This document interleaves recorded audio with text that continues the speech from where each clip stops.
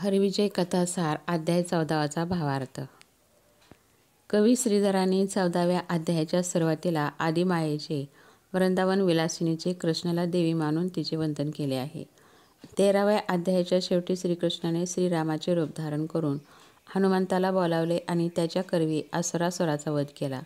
असुरासुराच्या मृत्यूमुळे कंसाच्या मनातील भयाने आता उग्ररूप धारण केले होते. त्याला चराचरातले सर्व प्राणी कृष्णरूप दिसत होते.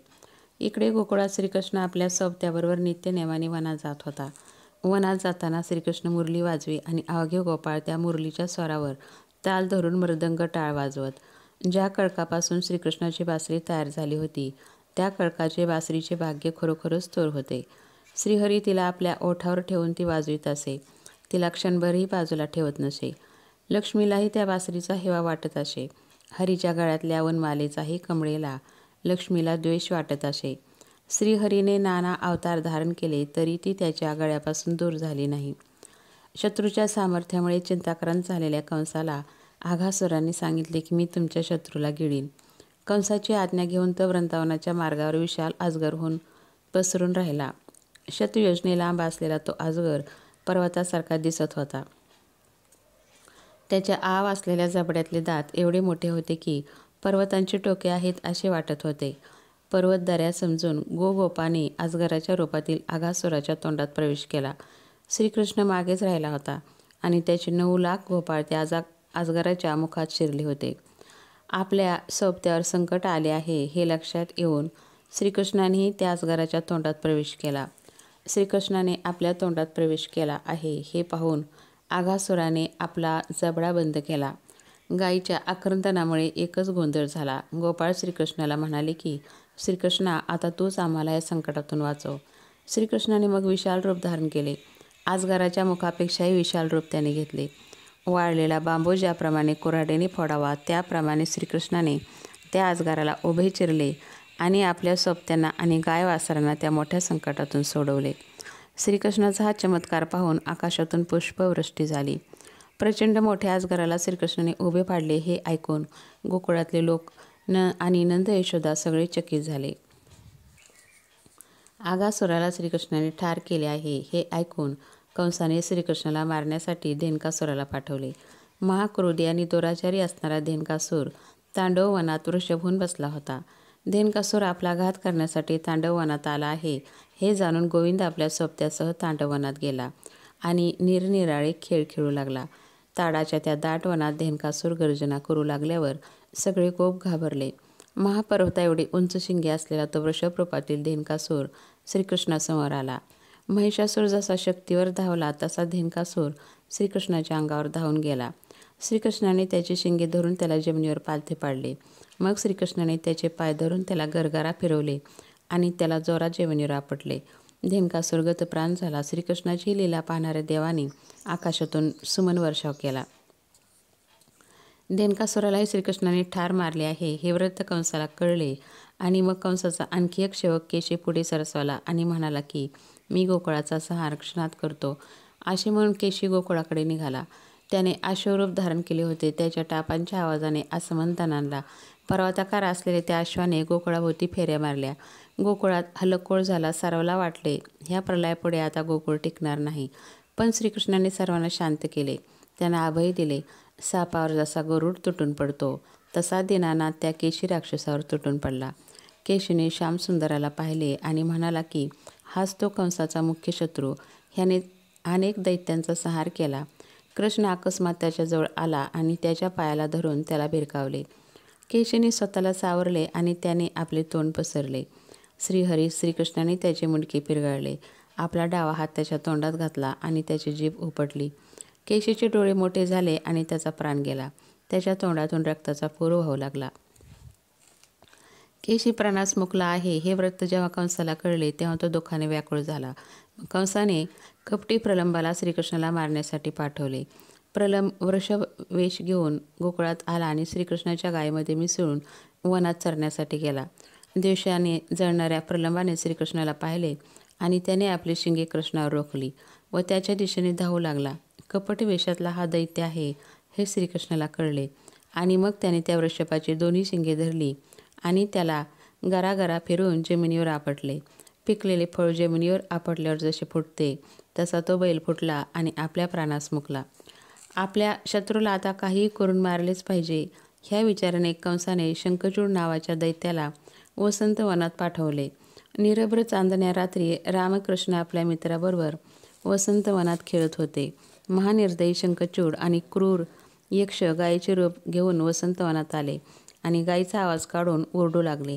महाकपटी यक्ष गायीच्या आवाजात ओरडत आहेत हे व्रजनायक श्रीकृष्णाच्या लक्षात आले. तो बलरामाला म्हणाला की वाघ गायीला ओढून येतो आहे म्हणून बहुधा गायी करून स्वरात ओरडत आहेत. गोब्राह्मण प्रतिपालक श्रीकृष्णाने एक ताडवृक्ष उपटला आणि त्याचा पाठीराखा असणाऱ्या भूधर अवतार बलरामाने एक प्रचंड वृक्ष उपटला. ते दोघेही गायीच्या रक्षणाकरता धावले. रामकृष्णाला येता पाहून ते दोघे कपटवेशी वेगाने पळू लागले. त्या दोघांनी मग गोवेश टाकून व्याघ्रवेश धारण केला. श्रीकृष्ण बलरामाने त्यांचा पाठलाग करणे सोडले नाही. त्या मायावी यक्षाने मग व्याघ्ररूप टाकून महाभ्यासूर रूप धारण केले. वज्राने जसा पर्वतावर आघात करावा तसा रामकृष्णाने त्या दोघांवर तरुघात केला. त्यांची शिरे खुडून रामकृष्ण निघाले आणि आपल्या सोबत्याजवळ परत आले. नंद एकादशीचे व्रत करी. त्या व्रताचे पारणे करण्यासाठी नंद भल्या पहाटे उठून यमुनेच्या तीरावर स्नान करण्यासाठी आला होता. स्नान संध्या करणाऱ्या नंदाला वरुणांच्या दूतांनी धरून पाताळात वरुणापाशी नेले. श्रीकृष्ण हा आदी नारायण आहे, पण तो अंश रूपाने सगुण झाला आहे की पूर्ण रूपाने हे वरुणाला पाहायचे होते. सकाळ झाली तरी अजूनही नंदराजा आला नाही म्हणून यशोदा चिंता करीत होती. त्याच वेळी गावात असे वृत्त आले की राजानंद यमुनेमध्ये बुडाला आहे. गोकुळ निवासी यमुनेच्या तीरावर जमा झाले. सगळ्यांनी शोधाशोध सुरू केली. यशोदा शोकामुळे विव्हळ झाली. वैकुंठ पालक श्रीकृष्ण आपल्या आईजवळ यशोदेजवळ आला आणि तिला म्हणाला, अजिबात शोक करू नकोस, मी ह्याच क्षणी माझ्या पित्याला घेऊन येतो. श्रीकृष्णाने लगेच यमुनेत उडी घातली आणि तो वरुण लोकात गेला. श्रीकृष्ण कोपला आहे असे वरुणाच्या दूतांनी त्याला सांगितले. श्रीकृष्ण हा पूर्ण ब्रह्म आहे, तो काळांचा काळ आहे, तो क्षणात ब्रह्मांड जाळेल. वरुण भयभीत झाला आणि धावत येऊन त्याने श्रीकृष्णाला लोटांगण घातले आणि म्हणाला, माझ्या हातून अजाणतेपणे हा अपराध झाला आहे, मला क्षमा करा. श्रीकृष्णाने वरुणाला सांगितले की अज्ञानाने तो निज स्वरूप विसरलास, आता हा देहाभिमान टाक. वरुणाने नंदाला श्रीहरीच्या स्वाधीन केले. श्रीरंग वेगाने गोकुळात परत आला. रात्र संपतात जसा सूर्योदय होतो तसा श्रीकृष्ण यमुनेच्या पाण्यातून आपल्या पित्याला नंदाला घेऊन वर आला आणि नंद आणि श्रीकृष्ण यांना पाहून गोकुळातल्या सर्वांना खूप आनंद झाला. यशोदा वेगाने धावत श्रीकृष्णाजवळ आली आणि म्हणाली, माझ्या विश्रांतीचे स्थान असलेल्या श्रीरंगा मी कशी उतराई हो. गवळी नंदाला भेटले आणि वनमाळी श्रीकृष्णाला सगळ्यांनी आलिंगन दिले. नंद परत आला म्हणून गोकुळात उत्सव झाला. वाद्ये वाजून सगळ्यांनी आपला आनंद व्यक्त केला. ब्राह्मणांना दाने दिली. श्रीकृष्णाच्या प्रसादामुळे गोकुळात आनंद अवतरला होता. त्यानंतर एके दिवशी नंद शक्तिवनात जायला निघाला. त्याच्याबरोबर गोकुळातले सारे गवळी आणि गवळणी दही, दूध, तूप आणि लोणी ह्यांचे गाडे भरून घेऊन निघाले. गवळणीबरोबर यशोदाई होती. ते शक्तिवन घनदाट होते. तेथील वृक्ष गगनाला जाऊन भिडले होते. सूर्याचे किरण जमिनीपर्यंत पोहोचू शकत नव्हते. आंबा, कदंब, औदुंबर, केळी, नारळी, अंजीर, पोफळी, डाळिंबी, चंदन असे वृक्ष त्या वनात होते. चाफे, मोगरे, कंचन, जाईजुई, रातराणी, बकुळ, कमळे अशी नाना प्रकारची फुलझाडे त्या वनात फुललेली होती. त्या शक्तिवनाची पूजा करून सगळे लोक त्या वनातच थांबले. रात्र झाली आणि सगळेजण निद्रेच्या अधीन झाले. श्रीकृष्ण आपल्या आईजवळ झोपला होता. अचानक एक अजगर आला आणि त्याने नंदाला गिळायला सुरुवात केली. नंदाने जोरजोरात हाक मारायला सुरुवात केली. त्याला अजगराने नंदाला कंठापर्यंत गिळले होते. नंदाच्या हाका ऐकून त्याचा कैवारी हरी धावला. सगळे लोक उठून नंदाच्या दिशेने जळते टेंबे घेऊन धावले. त्याला मारायचा खूप प्रयत्न केला पण तो अजगर नंदाला सोडेना. शेवटी नंद म्हणाला, मला कृष्णवदन दाखवा. प्राण जाताना माझ्या डोळ्यासमोर माझा मनमोहन हवा. श्रीकृष्ण धावतच नंदासमोर गेला. नंदाने श्रीकृष्णाला पाहिले आणि तो म्हणाला, ह्या काळापासून मला सोडव. श्रीकृष्णाने आपल्या पायाने त्या अजगराला तुडवले पण तो नंदाला सोडेना. मग श्रीकृष्णाने त्याला उभे चिरले आणि आपल्या पित्याला सोडवले. श्रीकृष्णाने आपल्या पित्याकडे कृपाकटाक्ष टाकताच तो शुद्ध झाला. ज्याचे नाव घेतले असता भवसर्पाचे विष उतरते, त्याच्या कृपावलोकनापुढे सर्पविष ते काय. त्या सर्पदेहामधून एक दिव्य पुरुष निघाला आणि त्याने श्रीकृष्ण चरण धरले. मग तो श्रीकृष्णासमोर हात जोडून उभा राहिला आणि म्हणाला की, माझे नाव सुदर्शन. मी गर्वाने माजलो होतो. स्त्रियांशी जलक्रीडा करत असताना विषयान झालो होतो. त्याच पंथाने ऋषीचा समुदाय चालला होता, पण मी त्यांचा मान राखला नाही, उलट त्यांची निंदा केली. त्यामुळे ते ऋषीवर कोपले आणि त्यांनी मला तो वनात अजगर होऊन राहशील असा शाप दिला. तो शाप ऐकल्यावर मी भयभीत झालो. मला पश्चाताप झाला. त्यांच्यासमोर हात जोडून उभा राहिलो. ऋषीवरांनी मला अशाप दिला की मी ज्या वनात अजगर होऊन पडेन त्या वनात श्रीकृष्ण येईल आणि आपल्या चरणांनी तुझा उद्धार करेल. तो शाप आज सत्य झाला. श्रीकृष्णाला परत एकदा वंदन करून सुदर्शन निजस्थानी गेला आणि गोकुळातील लोकही गोकुळात परतले. घरी गेल्यावर यशोदा श्रीकृष्णाला म्हणाली, तो आमचा देव आहेस, तू पूर्ण ब्रह्म आहेस. मातेचे ते बोलणे ऐकून श्रीकृष्णाने जमिनीवर लोळण घातली. नंद यशोदेला कळेना काय झाले. तो स्पंदून स्पंदून रडू लागला आणि म्हणाला, मला तुम्ही देव म्हणू नका. यशोदेने श्रीकृष्णाला जवळ घेऊन शांत केले आणि म्हणाली, अरे बाबा, आम्ही तुला देव म्हणणार नाही. अपार कर्तृत्व करून अनेक लीला दाखवून श्रीकृष्णाने श्रेष्ठत्व लांब ठेवले होते.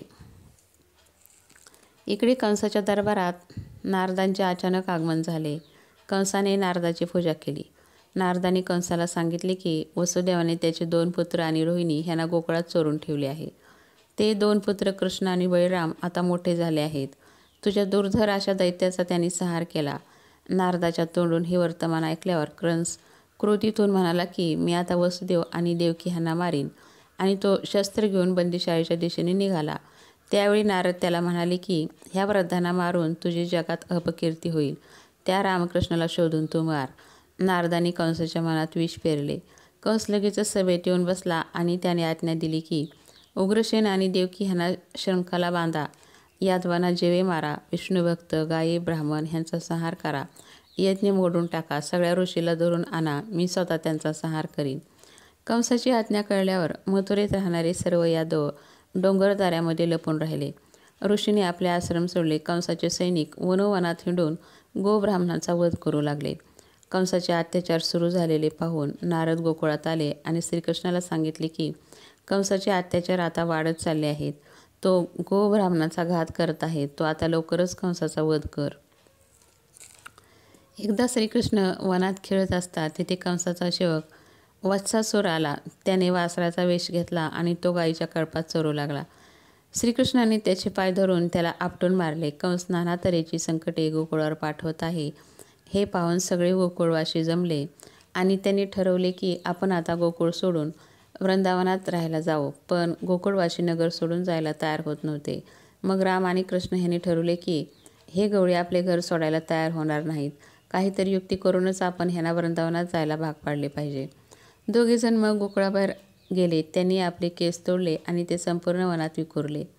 त्या एकेका केसापासून अनेक लांडगे तयार झाले. मग सोबत्यांना घेऊन यदुनायक गोकुळात गेला आणि लोकांना सांगितले की असंख्य लांडगे आले आहेत. गोकुळ ओस करा. लोक सैरावैरा पळू लागले. कृष्ण आणि बळीराम घरी आले आणि त्यांनी नंदाला सांगितले की मोठे विघ्न आले आहे. मग नंद आणि सगळी गवळी मिळून गोकुळ सोडून निघाले. मग सगळ्यांनी आपापली घरे वृंदावनात बांधली आणि ते तिथे सुखाने राहू लागले. आता कंसाने प्रलंब नावाचा दैत्य कृष्णाला ठार मारण्यासाठी पाठवला. तो दैत्य गोपाळवेश धारण करून कृष्णांच्या सवंगड्यामध्ये सामील झाला होता. रामकृष्ण 2 गट करून खेळत होते. प्रलंबावर डाव आला. त्याच्यावर राम बसला आणि त्याला अरण्यात घेऊन चालला. गोप आणि श्रीकृष्ण दूर राहिले. रामाने त्या गोपाळाला विचारले, तू मला कुठे नेतो आहेस? त्यावर तो गोपाळ काहीच बोलला नाही आणि तो मथुरेच्या दिशेने चालू लागला. बळीरामाने त्याचे कपट ओळखले आणि त्याचे डोके मुष्टिघाताने फोडले. तो दैत्य मग विशाल देहात येऊन गतप्राण होऊन पडला. बळीरामाने ते व्रत कृष्णाला सांगितले आणि प्रलंब मृत्युमुखी पडला आहे हे व्रत कंसाच्या कानावरही गेले. प्रलंब मेला हे ऐकून कंस दुःखाने विव्हळ झाला. तेव्हा बकासूर त्याला म्हणाला की मी तुमच्या शत्रूला मारतो. मग बकासूर यमुनेच्या तीरावर पर्वताकार होऊन बसला. कृष्ण कधी येईल हा एकच विचार तो रात्रंदिवस करत होता. गोपाळ पाणी प्यायला आले तेव्हा त्यांनी त्या पर्वताकार बकाला पाहिले. ते घाबरले आणि कृष्णाला सांगायला गेले. सवंगड्याला घेऊन श्रीकृष्ण त्या बकाला पाहायला धावला. कृष्ण जवळ येईपर्यंत बगळा शांत बसून राहिला. कृष्ण जवळ येताच त्याने आपल्या चोचीने श्रीकृष्णाला गिळले. श्रीकृष्णाच्या सवंगड्याने एकच आकांत केला, पण बकासुराचा गळा लोहगोळा गिळल्याप्रमाणे पोळू लागला. ती उष्णता सहन न झाल्यामुळे बकासुराने श्रीकृष्णाला बाहेर टाकून दिले. मग श्रीकृष्णाने आपले खरे सामर्थ्य दाखवले. त्याने त्या बगळ्याच्या चोची धरून त्याला उभे चिरले. बकासुराचाही अंत झाला हे वृत्त कंसाला कळले आणि लगेचच त्याने अरिष्टासुराला पाठवले. सिद्ध स्त्रीचे रूप घेऊन तो आला आणि तो श्रीकृष्णावर आव असून धावून आला. श्रीकृष्णाने आकाशाकडे नजर टाकली आणि तेथे महाशक्ती प्रकट झाली. ती श्रीकृष्णाची योगमाया होती. त्याने त्या कपट शक्तीला क्षणार्धात गिळले आणि ती गगनात गुप्त झाली. श्रीकृष्णाच्या ह्या साऱ्या लीला त्याचे सवंगडी कौतुकाने पाहत होते. मग कंसाचा आणखी एक सेवक काकासूर कंसाला म्हणाला की माझा मृत्यू वीरभद्राच्या हातून होणार आहे. तो इथे कसा येईल? मी कृष्णाला मारतो. श्रीकृष्णाने काकासुराला लांबून येताना पाहिले आणि ह्याचा मृत्यू वीरभद्राकडून होणार आहे हे जाणून त्याने वीरभद्राचे स्मरण केले. वीरभद्र तिथे प्रकट झाला आणि त्याने काकासुराचे शिर कापले आणि मग कृष्णाचे स्तवन करून तो आपल्या मार्गाने निघून गेला. मग आला खरासूर. त्याने गाढवाचे रूप धारण केले होते. कृष्णाने त्याचे पाय धरून त्याला आपटून मारले. अशाच रीतीने श्रीकृष्णाने खगासुरालाही मारले. विठासुरालाही श्रीकृष्णाने उभे चिरले. अशा रीतीने वृंदावनात आल्यानंतर श्रीकृष्णाने अनेक दैत्यांचा संहार केला आणि कंसाची चढपड वाढत गेली. मग कंसाच्या मनात असा विचार आला की हे वैरी जर माझ्या दृष्टीस पडले तर मी ह्यांना यमसदनाला पाठवील. त्याने 2 दैत्य नंदाकडे पाठवले. त्याच्याबरोबर घागरी आणि कोहळे पाठवले आणि निरोप दिला की हे कोहळे घागरीमध्ये घाला आणि वाळूचे दोर वळून त्या घागरीभोवती गुंडाळून पाठवा. असे करायला जमले नाही तर रामकृष्णाला पाठवून द्या. असं केलं नाही तर मी संपूर्ण गोकुळ नष्ट करीन. कंसाचा हा निरोप ऐकून नंद आणि गवळी संचित विचार करत होते. सगळेजण चिंताग्रस्त होऊन बसले आहेत. हे पाहून श्रीकृष्णाने विचारले की काय समाचार आहे? तुम्ही सगळेजण एवढे चिंतामग्न का आहात? नंदाने श्रीकृष्णाला कंसाचा निरोप सांगितला. श्रीकृष्णाने सगळ्याला धीर दिला आणि मग त्याने त्या घागरी आणि कोहळे जवळ घेतले. कोहळ्याला लहान केले आणि घागरीमध्ये घातले. घागरीमध्ये घातलेले कोहळे परत पूर्वीप्रमाणे मोठे झाले. मग बळीरामाने वाळू आणली आणि त्याच्या दोऱ्या वळल्या आणि त्या घागरीभोवती गुंडाळल्या. रामकृष्णांची ती लीला पाहून सगळे गवळी आणि नंद तटस्थ झाले. मग नंदाने कंसाच्या दूताला सांगितले की तुमचे कोडे आम्ही सोडवले आहे. ह्या घागरी घेऊन जा आणि कंसाला द्या. त्यावर दूताने सांगितले की कंसाने तुम्हाला बोलावले आहे. त्यावर बळीराम चिडला आणि दूताला म्हणाला मी तुम्हाला मारील. दूत घाबरले आणि मथुरेला पळून गेले. नंदाने बळीरामाला शांत केले. गोकुळावरचे मोठे अरिष्ट टळले. गोकुळातून घागरी घेऊन निघालेले दूत धावतच कंसासमोर गेले आणि त्यांनी कंसाला सांगितले की कृष्णाने कोहळ्यांना घागरीमध्ये घातले आणि बळीरामाने वाळूच्या दोऱ्या वळल्या आणि तुम्ही घातलेले कोडे सोडवले आहे. ते ऐकून कंसाच्या पोटात भीती संचारली. उन्हाळ्याच्या दिवसात कृष्ण आपल्या सवंगड्याला घेऊन गायी चारण्यासाठी गोवर्धन पर्वतावर गेला होता. सूर्य मध्यान्हीला आला होता. पर्वतावरील सर्व गवत वाळले होते. त्यावेळी कंसाने आपले सेवक पर्वतावर पाठवून सगळीकडे आग लावली. 9 लक्ष गोपाळाबरोबर श्रीकृष्ण त्या आगीत सापडला. अनेक प्रकारचे पक्षी त्या आगीने होरपळून मेले. ज्वाळांचे लोट पाहून गोपाळ आणि गायी श्रीकृष्णाजवळ आले. श्रीकृष्णाला आगीची आस लागू नये म्हणून त्याला आपल्या अंगाखाली झाकले. चहूबाजूने आग पेटली होती. ती आता हळूहळू श्रीकृष्णापर्यंत आली. सर्व गोपाळ आक्रोश करू लागले. आता आमचा श्रीहरी आम्हाला परत दिसणार नाही म्हणून हळूहळू लागले. मग श्रीकृष्णाने सर्वाला सांगितले की तुम्ही घाबरू नका आणि आपले डोळे झाकून घ्या. श्रीकृष्णाने सांगितल्याप्रमाणे सगळ्यांनी आपले डोळे झाकले. श्रीकृष्णाने आपले मुख पसरून त्या अग्नीला गिळून टाकले. गोपाळाने डोळे उघडून पाहिले तेव्हा त्यांना आगीचा लवलेशही कुठे दिसला नाही. सगळ्यांना खूप आनंद झाला. मग मोहरी, पावे घुमरी आणि मृदंग वाजवत गोपाळ गाऊ लागले, नाचू लागले. देवांनाही खूप आनंद झाला. त्याने आकाशातून पुष्पवृष्टी केली. आता देवांना आस लागली होती ती कंसवधाची. श्रीकृष्ण गोकुळात परत आला. सूर्याला पाहून कमळ जशी उमलते किंवा चंद्राला पाहून चकोर जसा सुखावतो, त्याप्रमाणे गोपी श्रीकृष्णाला पाहून उमलतात, सुखवतात. हरिविजय हा ग्रंथ म्हणजे शेत आहे आणि त्यात नाना प्रकारचे साहित्य रस पिकले आहेत आणि त्यांना लागलेली कंशे म्हणजे नाना प्रकारचे दृष्टांत आहेत, असे कवी श्रीधर म्हणतात. ते पुढे म्हणतात की भक्तीचा पांगोरा वाजून कुतर्काच्या पाखरांना ओढून लावा, तरच तुमच्या हाती धान्य लागेल. हरिविजय ग्रंथाचा 14वा अध्याय इथे पूर्ण झाला.